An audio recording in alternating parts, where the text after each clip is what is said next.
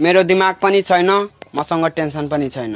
मेरो दिमाग पनि छैन, मसँग टेन्सन पनि छैन। म बिन्दास हो किनभने म डाउन हो। Good night. बात खतम। हो खतरा डन हो उहाँ हुनुहुन्थ्यो धीरज डन। योभन्दा खतरा डन हुनुहुन्छ इन्टरनेट।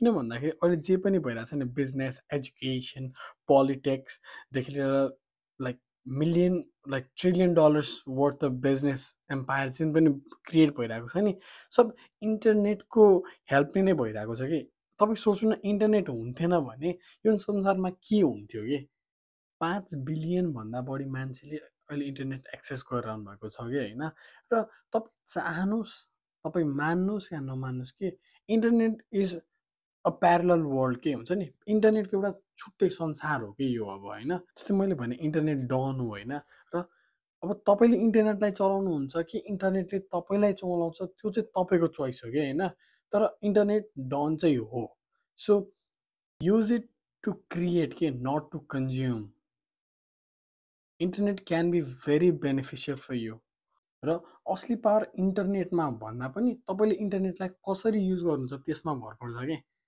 इन्टरनेटमा पावर त छ तर तपाईँले कसरी युज गर्नुहुन्छ त्यसलाई त्यसमा भर पर्छ। अन्तिममा हजुरहरूलाई एउटा प्रश्न यदि इन्टरनेट हुन्थेन भने अहिलेको संसार कस्तो हुन्थ्यो जस्तो लाग्छ हजुरहरूलाई?